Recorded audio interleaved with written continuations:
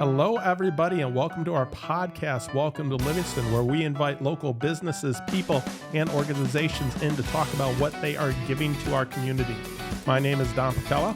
And I'm Angela Putkela, and we're with the Putkela Group Real Estate Professionals. As realtors and brokerage owners, we bring valuable insight into the local market and community every week. Thanks for listening, and welcome to Livingston. Hello, and welcome, everybody, to another episode of the Welcome to Livingston podcast, where we invite local businesses on to talk about what they're doing in the community. My name is Don Putkela. And I'm Angela Putkela. And this podcast has been brought to you by the Putkela Group Real Estate Professionals, and it is powered by Jim Paquette at Lake Michigan Credit Union. Yes, and we are so excited for today's episode. Today we have with us Jim Seghi with Seghi Renovations. Thank you so much for coming today. Good afternoon. Thank you. I'm excited to be here to share my ideas on what we can do to make Livingston County better, one home at a time. Absolutely. And since we're realtors, we definitely deal with houses very often, but so often people do want to go through and do some renovations to homes and so forth. So this definitely is very relevant. That's actually our specialty, is renovations and you know, making sure that the value is given. There's two kinds of value in any kind of renovation, and that's the personal use value and the monetary value. And as you guys being real estate know, that everything isn't always about resale value, but also resale value is an important element of any project that you do. I've been in business since 1989, and I think that the experience that I offer over and above maybe other companies is pretty well received by any of our clients. And I know that this is a Livingston County thing, and we're right now doing a big project on Woodland Lake. And she came to me not knowing anything about anything. It was a 1,000 square foot ranch. And she's like, Jim, she says, I want to add a second story to this. And I said, great. So we took it from what we call concept, and I will say completion. It's not completed yet. We're still in the phase, but this 1,000 square foot ranch is now 1,700 square foot Tudor style. Oh, and wow. I got to tell you, one of the things that we decided at the very beginning was this is not going to look like a Canton Township colonial. I want a second story on it, but I want it to look cool, and I want it to look drop dead gorgeous. Yeah. And we were so up for the challenge, and we went through every detail with them. We're still in the process, but I met them actually Saturday in my office. And every 2 weeks, we have a meeting established to start doing all the finishing touches on the interior, because we just finished up with everything for the exterior, picked out all the materials, we're going to do some stone, we're going to do some hardy plank siding.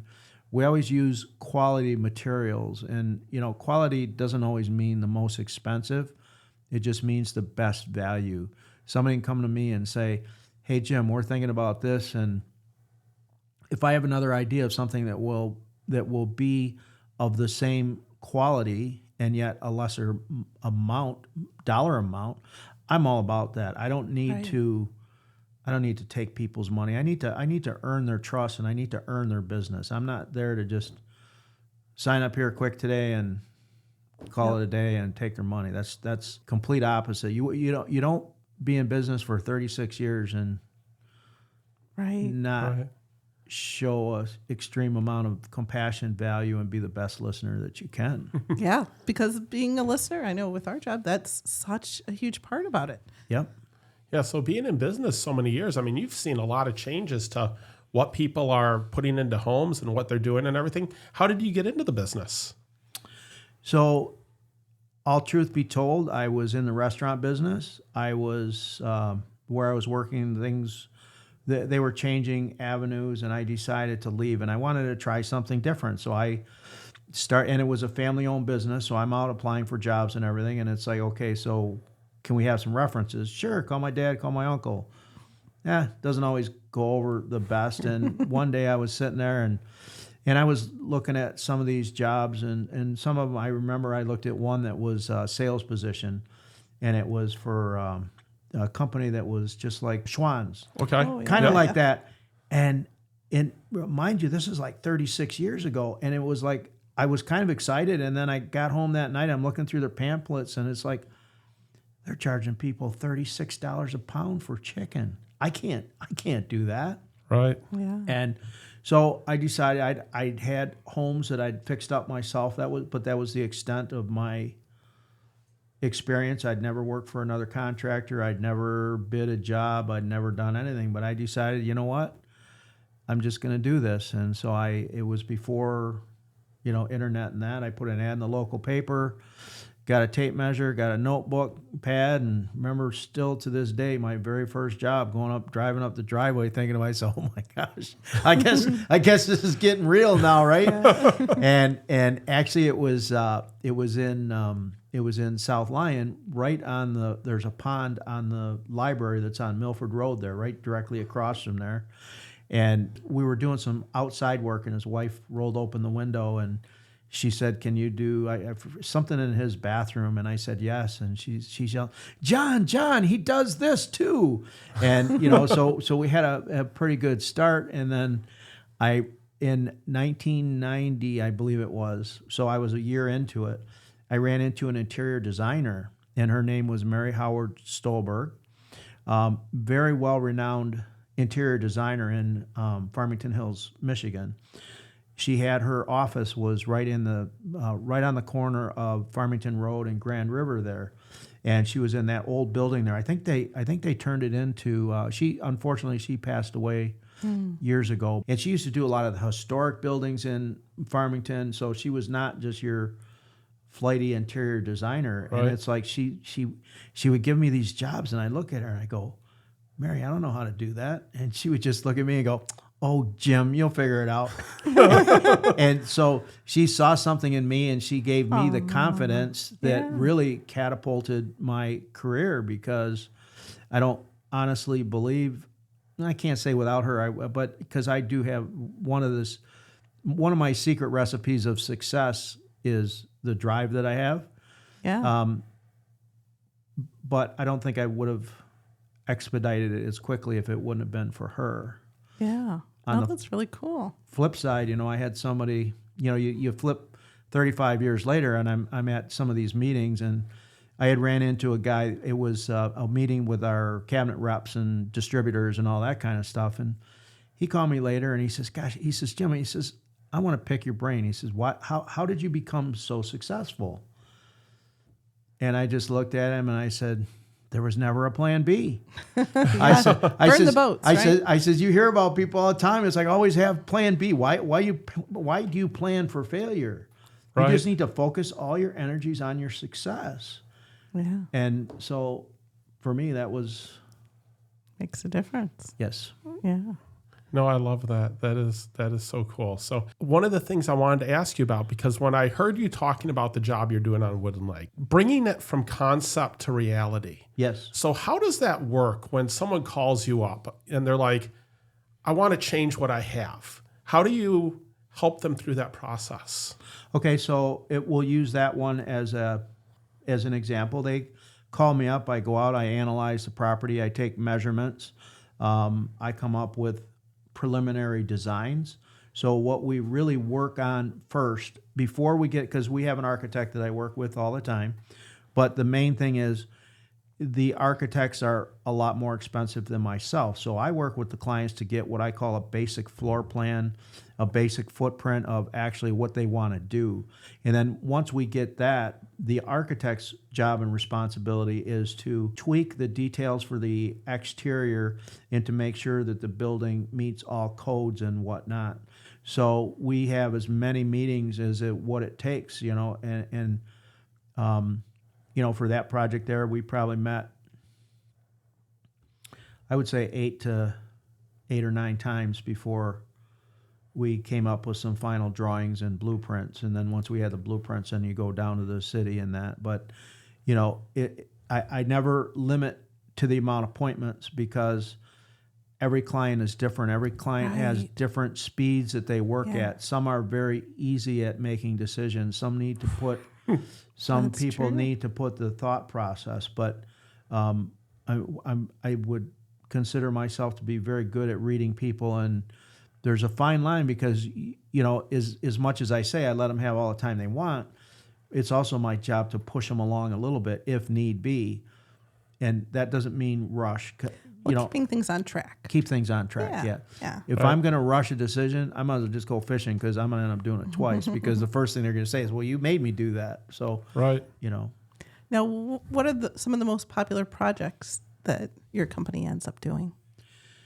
So, you know what? It's funny that you say that because we're talking about this project on Woodland Lake, which is, it's really a very, very nice project, and it's a bigger ticket project. Mm-hmm. But I can revert back to another story where somebody called my office and they had just had a new microwave put in, and their tile backsplash needed to be repaired, but they didn't make that tile anymore. So I went out there and I took a look at it, and then I asked them to go down to the tile place.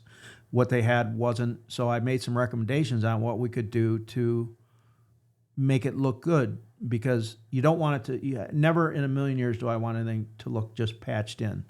My goal was not to just, like a lot might say, well, the tile's discontinued, that's not my problem. My goal was to make sure that when all said and done, that it looked like it was supposed to be. Right. So my guy, so I made my recommendation. I sent my guys out there, and that same day he called me and thanked me and says, you know what? He says, it looks gorgeous.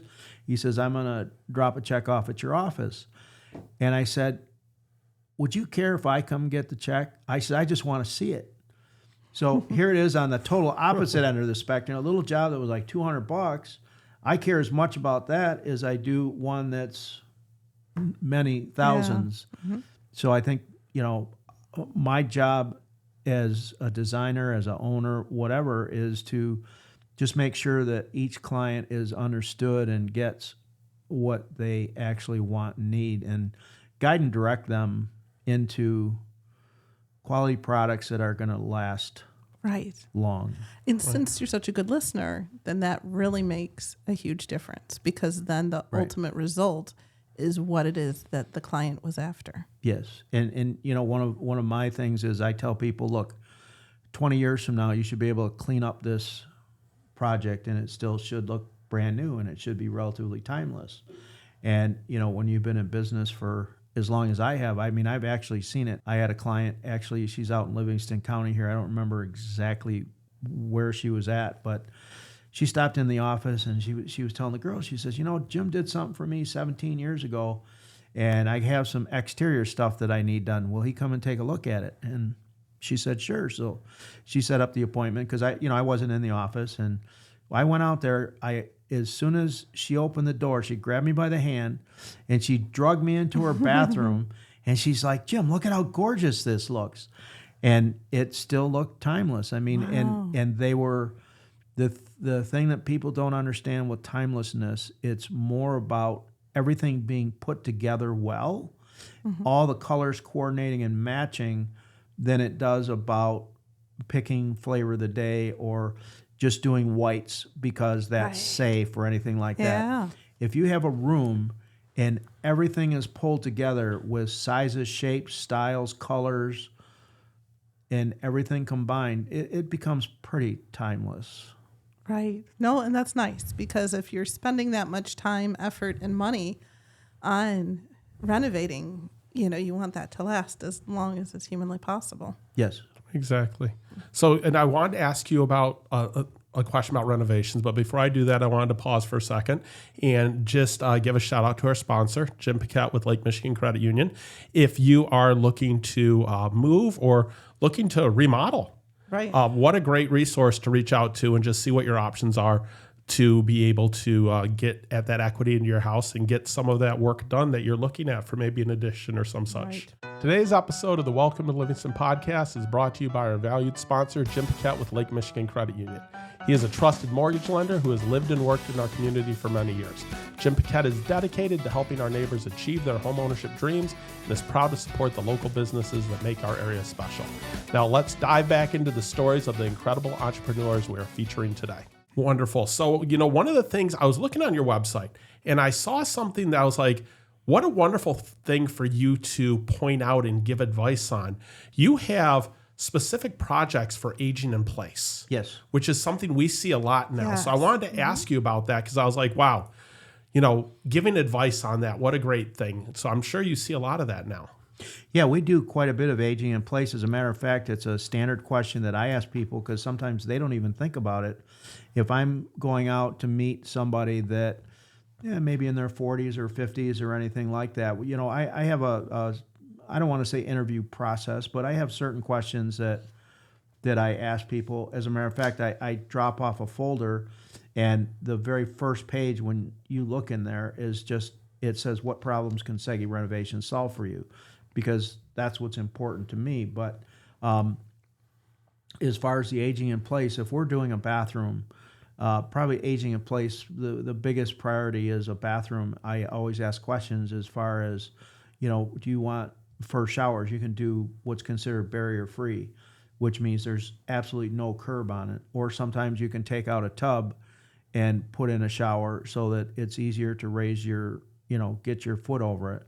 But aging in place, a lot of times people are a little hesitant because they think, I'm admitting that I'm getting old, and they don't want to do it. But you could be a football player and have an injury and need aging in place type equipment in your home to do it. So it doesn't mean that I'm giving you a sentence of life in wheelchair or life in a walker. Yeah. It means, oh my gosh, my knee's been killing me. I'm going to go get a new one, and I just might do things that make it easier. Yeah. Being prepared.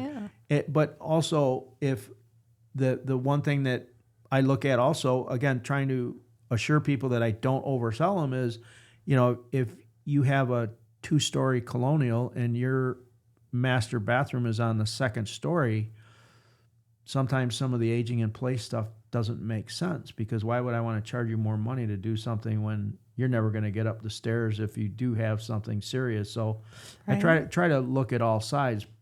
But that being said, certain things like grab bars and stuff like that, anybody can have. You can. I've had times when I've screwed up and missed with the conditioner, and then you go to turn around and it's like you slip. So it doesn't mean that you're older, because I'm certainly not old. We all know that, right? Yeah, exactly. None of us are, right? Right. And so we just try to think of things that others don't. It's people's job to tell me what they want. It's my job to tell them the best way to do it. And it's just how I think. It's right. Great attention to detail. Yes. I love that, because, giving people that advice for, hey, you might not be thinking about this now, but this is something that we're doing this project anyway. Why not prepare for the future? Yeah, because it's so much cheaper to do it when you're doing it. Yes. Especially with showers, curbless showers and different things. Like, it's so much cheaper to do it than wait, because it is quite involved. There is quite a bit involved to a curbless shower. And it's not that big of an upcharge if you do it while you're doing it. But if you do it after the fact, you pretty much have to tear out the entire shower, not just the shower floor, but I'm talking outside the bathroom, because you have different height issues and different things like that you have to compensate for, and just the waterproofing and drain slopes and many different things. But yeah, and I've done one of the when you talk about being in business for a long time. I had a client that in 2000 I did a bathroom for him, and then a couple years ago they called me and we were enlarging and redoing the other bathroom. Unfortunately, it was because my client came down with Parkinson's disease, but he needed just a larger shower to be able to. They were thinking ahead of time. Good. So, when I throughout the years I have many clients that have become not just good clients, but good friends. Yeah, definitely. I mean, so that's kind of the secret recipe to our success. And the one thing is, for the majority of any projects, I'm normally the one that goes out and does the measuring and meet with the clients to do material selections and all that kind of stuff. And then once that's all done, I count on my install team. We have a project manager assistant. My partner helps manage projects. So then I just go on to the next, and they make the house one at a time look gorgeous. There you go. Cool. So how do you work with someone? They come in and, I know some people have a budget. Yes. And some people have eyes that are much bigger than their budget. Yes. Right. So how do you work with them to be, if they say, hey, I want to add this on, or I want to do this renovation and X is what I want to spend, or they have no idea? So that's really a good question, because I'm brutally honest. And budget is something that people don't like to talk about. When I talk about my regular clients, they don't care. They'll tell me, look, Jim, this is it. This is what we want, but we have those honest discussions.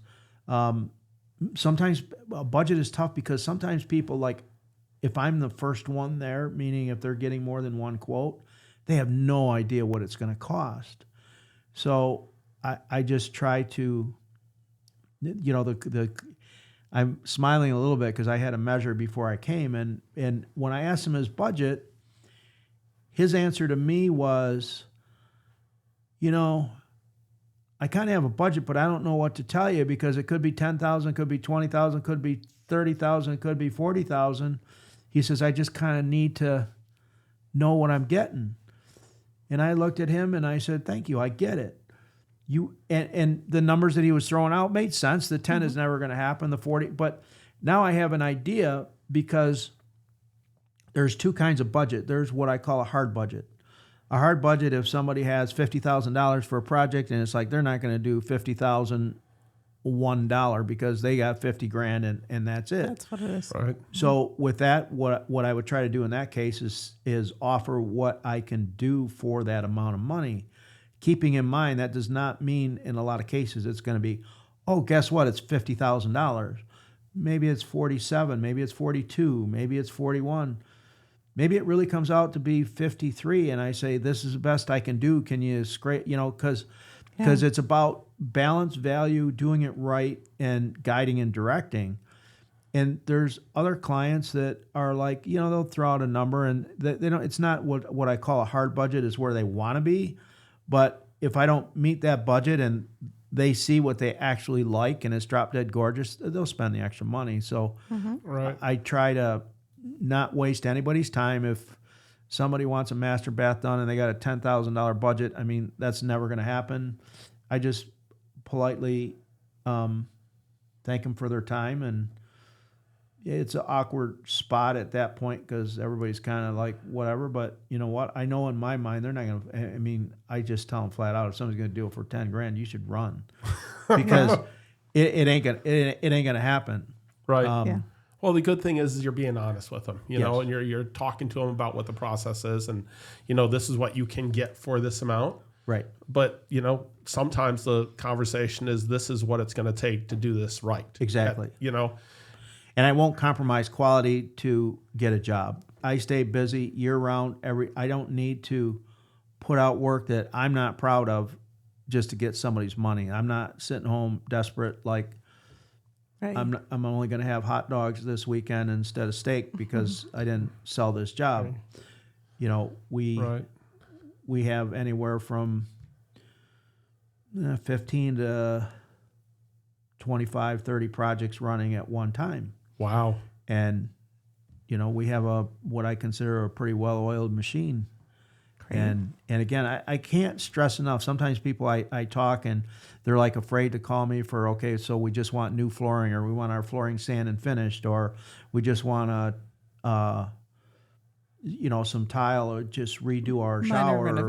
Minor renovations. I'm all about that. You still get the same me. That's why I shared that story about the tile backsplash.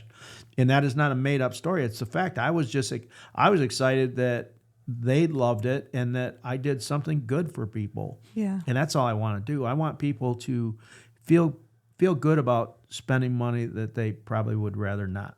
Right. Right. They'd probably much rather be in Hawaii or something fun like that. But, Well, I love to hear that, though, because, there's times where we're talking to a contractor and they have like, we're not going to do it for you unless we're at this amount. right. It's like, well, so I have to get up to $10,000 before you call me back. Right. And I'd love to hear that you're doing those small jobs as well as those big jobs, because you're just trying to help the customer out. Yeah, that's what it's about, customer satisfaction. My partner and myself, we have a meeting every Wednesday morning, And when we talk about growing the business, never once that I can ever remember we've said we need to increase this many $1,000 or we need to increase this percentage. We always talk about how we can better our company to service the customers better, and it's almost like build it and they will come. I like that. No, that's really cool. It's not in our scope. And my partner Brian, I've known him for probably 25 years. We became partner about 5 years ago, and his specialty is in flooring. So that we make an awesome pair because I do a lot of the kitchens, bathrooms, he does the floorings, and there's a lot of overlap in there. I'll be out and I'll be measuring maybe a bathroom or a kitchen, and they're talking about hardwood floors. And I know we have one now in Fenton, and I had gone out there, and we originally were going to do, I believe we were going to do the floor in the kitchen, countertops, backsplash. He went out to measure the floor, and the next thing you know, we're doing new carpet and throughout the house. And we had one in Milford. He went out, and his stairway was the short story is the stairs were too high. It was not functional. I gave him a price on redoing the stairway. We had to tear the steps to go upstairs. We had to tear it out and redo it and make it. We had to add 2 steps to it, but it wasn't a straight stairway. So we had to go into just continue. You ever see drops for stairways? We had to move that over in order to make everything work. And then he called me up. And, he was telling me about his floor. He had his buddy was going to do his flooring. And I said to him, I says, you know what? I says, my partner's really good at doing flooring. If you run into a bind, give us a call. I didn't say, show me the guy's price and I'll beat his price, because price is not the number one thing that people look at. I'll tell you that right now. It's not. Everybody thinks it is. Yeah. It's not. No, they need so someone then to. he calls a few days later and he says, my guy can't get it done. So Brian went out there, and so now we were doing the upstairs floor. A couple days later, this is a house that he hadn't moved into yet. Okay. Gotcha. So then he calls me up and he says, we started stripping the wallpaper upstairs, and there's like 4 layers, and he says, we can't get it off. He says, we're going to have to tear out all the drywall. Can you guys do that? I'm like, sure. Week later, I get a phone call. He says, hey, Jim, he says, me and the wife were talking. We're going to do the kitchen now and maybe the bathroom. And, every job doesn't grow like that. The whole reason for that story is you get a bond and a trust with somebody, and we're the go-to guy for pretty much whatever people need. Yeah, but it's one of those things me and you talk about with our clients all the time. And I don't want to say I caution clients, but I let clients know that so often in renovation, A leads to B, leads to C, leads to D. It's like because when you do one thing, all of a sudden you notice the other things that weren't done, because now this looks really nice. And you're like, but it made that look worse. Mm-hmm. Yeah, no, that definitely. There's 2 things, if I may add to that, is number one, you don't follow ugly with ugly, because people are like, oh, I want to redo the bathroom, but I want to leave the floor. I'm like, just like you said, it looks fine now. You put nice around it, it's not going to look so good. Yeah. And the other thing that I work really well with homeowners on, it's called a master plan. And there's 2 elements for a master plan. Number one is when you do, say it's a 3-phase master plan. When you do phase 1, when you get to doing phase 2, that you're not having to redo a lot of what you did in phase 1. In a perfect world, you have to do nothing else. Sometimes there's a little overlap that you have to do a little bit. But the interesting thing is, the other part about a master plan is, if you never do phase 2 or phase 3, nobody knows. Oh, that's a good point. I like that. Because if you're doing it in phase in, unless you're committed to do the whole thing, so to speak, then it's really not a phased-in plan. It's just a budgetary thing. Right. But you never want to do something where, because then you guys as realtors know, if you come in and you see something that's like half done and hodgepodge, that'll kill the price of the house. It does. Because people don't want to hear, oh, well, if you buy this house, all you got to do is spend $50,000 to fix this part. No way. They want nothing to do with it. Right. So there's a slippery slope with that kind of stuff. And right. Well, I love the idea of the master plan, and that, looking at it all together, but also looking at it, you can do this without having to do Yes. the next steps. Because you're right, we go into places where you can see, oh, this was the plan, but they never got there. Yes. And it looks out of place. Right. So, yeah. Exactly. Yeah, and it's not always attainable, but it is something that I share with people. And if it was, I say, look, we're doing phase 1 now, but your house isn't going to be right until you do phase 2.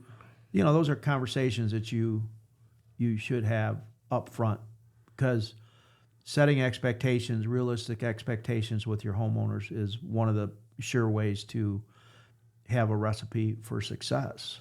Right. Because the one disadvantage that we have as far as renovating is we're in people's face. You're doing a master bath, and they're used to coming home at night and they go to bed and they go in their bathroom in the morning, and so now we're working in there. You got tarps down and you have everything closed off and you have zippers, and it's an invasion of their privacy, invasion of their space. So sometimes people even get a little anxious that we're ahead of schedule, and they're like, why don't you guys hurry up and get done? But I just say, you got to look at the prize at the end. What are you going to get? So just have, as a matter of fact, sometimes people, the brochure that I give them has some paperwork in it. And one of them is, we are remodeling, there will be dust. Oh my That's goodness. wow. That's how blunt. It's like, it's unrealistic we do dust control. We broom sweep every day. We don't go around, some people that are what I call clean freaks. I mean, it just really bothers them. I say, look, you have my permission to take a break from dusting every nook and cranny of your home for the next 6 weeks. Yep. Right. Because you've got to. Otherwise, you'll make yourself crazy. Yes. And if they get crazy, they get crazy on us. There you go. That's Right. and that's not. But I can't. I always throw this in there that 95% of my clients are awesome. So you know what? In any business, you always run into somebody. But I'm so thankful for the clientele that I've built over the years that it makes the ones that every once in a while are a little difficult. You guys are in real estate. You kind of get what I'm saying. No, we understand. But well, you know I think what? because both of our jobs, we relate to people on a much more personal level than Yes. other jobs, I think. Yes. And sort of that raw human experience, people aren't always, their happy best face Yes. all the time. And so fortunately or unfortunately, we get to be privy to some of that. But then I think that's allowed us to get closer to a lot of our clients and to become friends with them because there's this authenticity behind that. Yes. And it's such a privilege to work in the job that we do because we get to be part of people's lives. We're not just serving them for a moment or we really get to be part of the experience for them. Right. And as realtors, you guys run into the same thing as me. Here's a list of everything I want in my house and here's my budget. And it's like the two don't match. And it's a process. It's like, so I bought my first house when I was 19 years old. And there was a realtor that I lived in Redford. He lived on the next street. And so I thought, and he was a top realtor. So, this was so many years.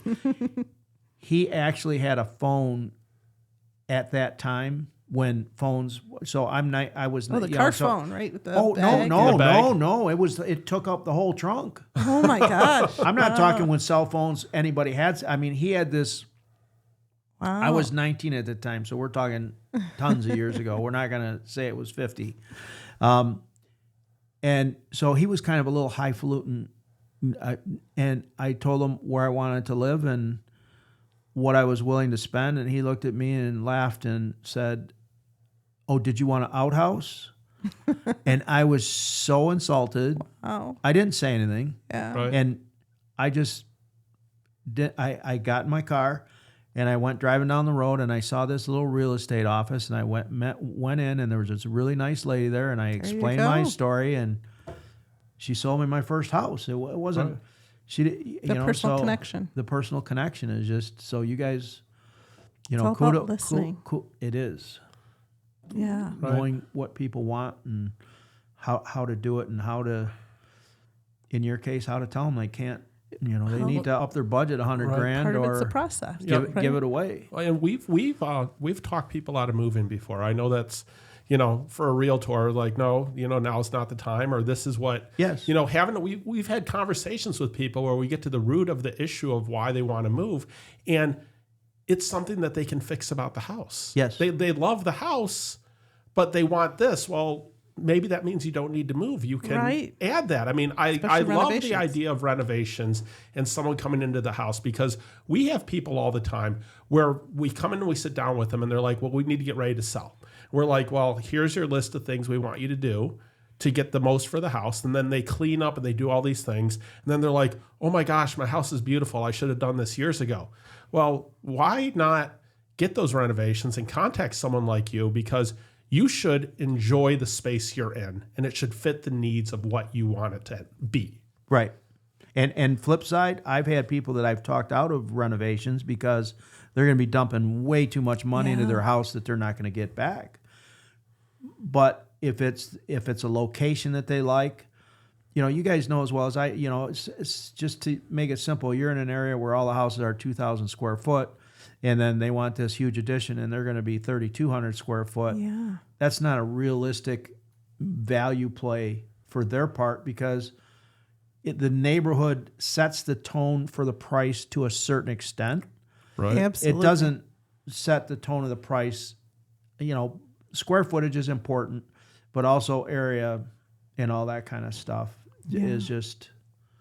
So I'm not going to just, getting back to what I said before, I'm not going to sell something to somebody just if they're going to do it, they're going to have a good understanding of that. It's going to make sense, right? And if they love the area and they don't want to move, and they love their neighbors, and they love the corner store that they go to all the time and all that, I'm all about it, because they're making an informed decision. Right. Just because like they're you not guys. doing for the value. Yeah, exactly. Because it's about solutions, right? Yes. We have a solution for every problem. Yeah. That's what I tell people. We have no problems. We only have solutions. Yeah. My guys never in a million years would come up to a client and say, look what we found today. What do we do? Yeah. They might come up to somebody and say, hey, we found something today. This is what we were planning on. Are you okay with that? Yeah. That's how problems should be dealt with. It's not, you can't throw the problem on the homeowner, because they hired us to be the problem solver, not them. So speaking of that, what's one of the more unusual things that kind of was an unexpected thing that popped up for something over the years? Anything that was kind of interesting story? It was a while ago, probably 20, 25 years ago, we were doing an addition, and the addition had, it already had an existing basement, and they wanted to add on to the basement. So when we dug the basement, which was obviously right next to the house, we hit an underground water well. Oh my goodness. So what we had to do was put a special drainage system in there for this. Never had it happen. Wow. Oh. It was just... That'd be quite an adventure to discover. Yeah, because one of the things that I like to share with people too is we are a one-stop shop, and we are a firm committed price once we sign a contract. So I'm a firm believer that extras very, very seldom should ever happen. That was one that I couldn't have known. They already had a basement. They didn't have leakage problems in there. Any of this. It was really, really off the wall. But when we try to go through every detail before we start, because what that does, it allows me to give a firm price for what we're doing, and it also eliminates people from having to say, the guys show up and they go, well, what if we do this, or what if we do that, or what if we change this? Because they're all things that we probably have already talked about. So they have a very good understanding of what they're getting, why they're doing it. They've made intelligent choices through through all the time that we've spent together to decide on what's good, what's bad.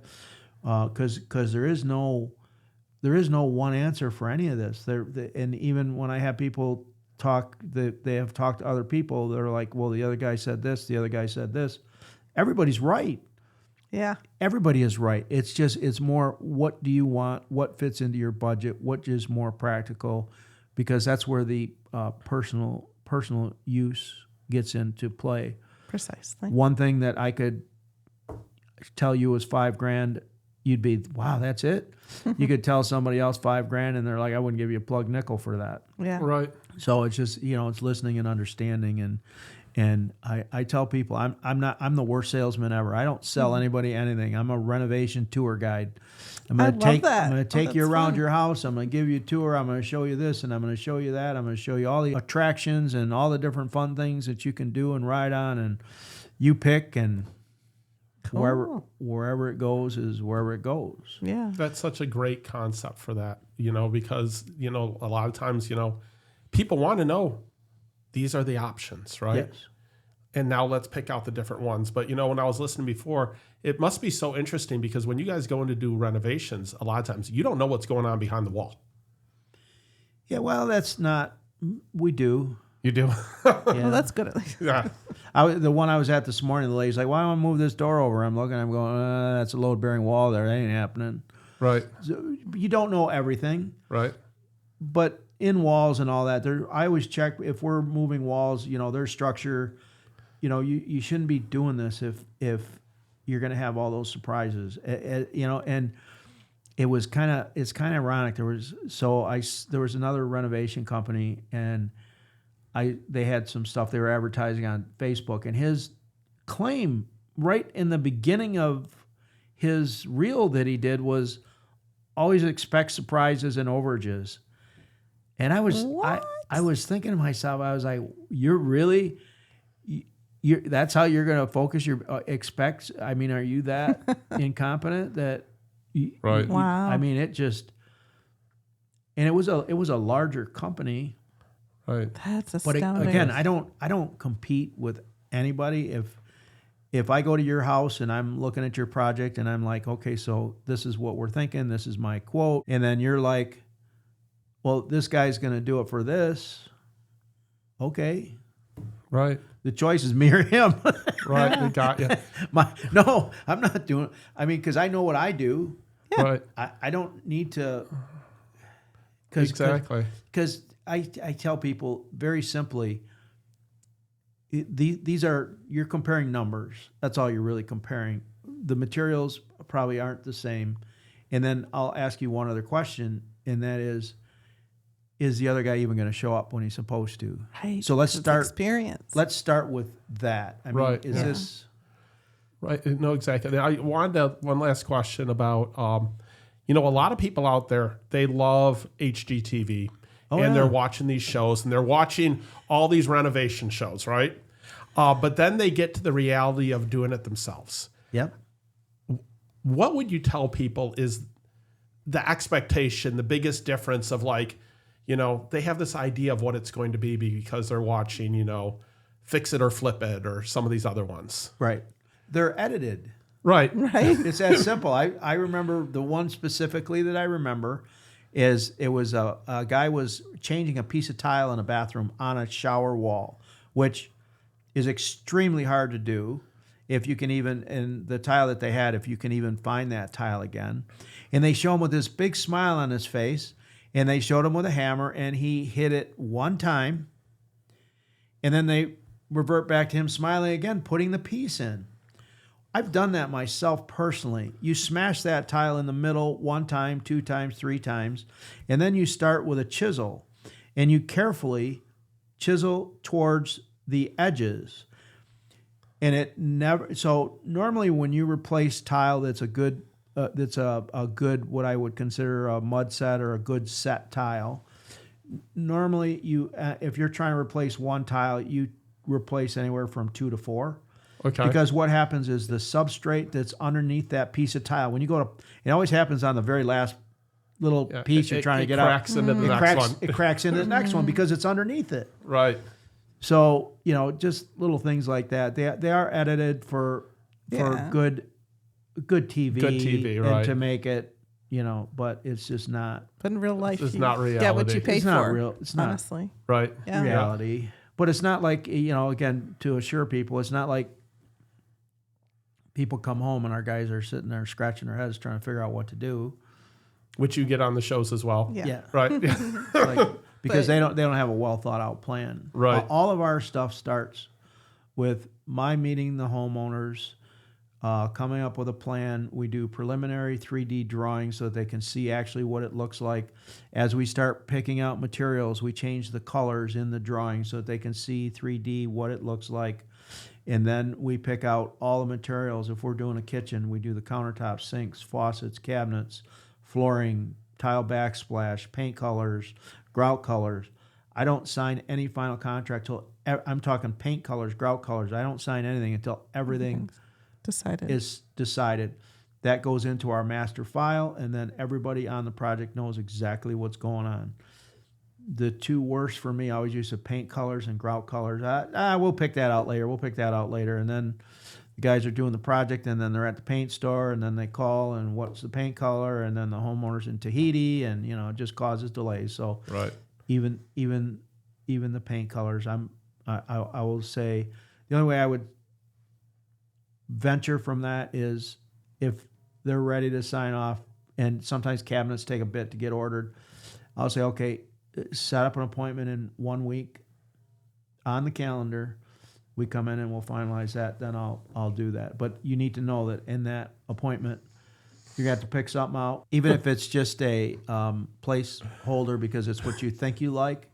Then we'll just take that, and if you need to change it later, we can change it. But I got to have something in there. Oh yeah, no, I completely understand, because you want to get all that in place, and God forbid you have homeowners make changes all the time, but all of a sudden they're changing. Not in my world. No, that's good. I'm a nice guy. I'm a good listener. I'm a lot of great things, but don't change. We got all the time in the world to change before you sign on the dotted line, but that's ironclad. Those changes become expensive. Yeah, Yes. for everybody. It's for their benefit, because you don't want the job to turn into a cluster. There you go. Yeah, well, that's true. Yeah. It's best for everybody. And it's just sometimes people need guidance and direction. Right. Take all the time in the world to make your choices. I'm fine with that. I'm also very good at, if I don't think somebody's really committed to their choices, of giving them more time. Right. Probably suggestions and ideas and talking you through. Just that communication and organization, I think, is definitely. But you can't, like cabinets, non-returnable. They're Right. yours. You change your mind on your cabinet color or door style, that's good for me because you're buying more cabinets. Right, but not good for them. But not good for them. So make those decisions beforehand. And, I love that, you have a really great website that's got a lot of information. I saw that you had blogs on there with some articles and advice and everything. But I can just tell from sitting down talking to you that, you're there for the customer. You're giving them the time. You're walking them through the whole process so they know what they're getting before they get started. I love that. And the price is the price. Right. So how can people find out more information about you? Like, where would they go? So there's two easy places. They can either go to the web, and our website is seghi.net. That's S as in Sam, E as in egg, G as in good, H as in hello, I as in igloo, seghi.net. Or they can actually just call the office at 248-437-2454. That's 248-437-2454. And if they call the office, one of the girls in the office will set up time for me to come out and do an in-home consultation. If they go to the website, there's a form on there that says, contact us. I actually got one this morning for some flooring from somebody. So one of the girls in the office will contact them, and then we'll set it up and see how we can help them out. Wonderful. That is great. Well, we really appreciate you being able to join us today. Was there anything that you wanted to make sure we touch on that we didn't get to? You don't want to tell me that, because we'll be here for at least another 3 hours. Because if there's one thing that I love doing is talking about the projects and how proud I am of my team, my staff, the work that we do. I could talk about that for hours. So awesome. I'll just leave it with, please, if you're considering any kind of renovation, please give Seghi Renovations the opportunity to look and see how we can solve your problems. Great. Cool. Well, thank you so much. We appreciate you coming in. We love talking to you today. And learning Great. more about your business. Yeah. Thank you. Thank you. And welcome to Livingston.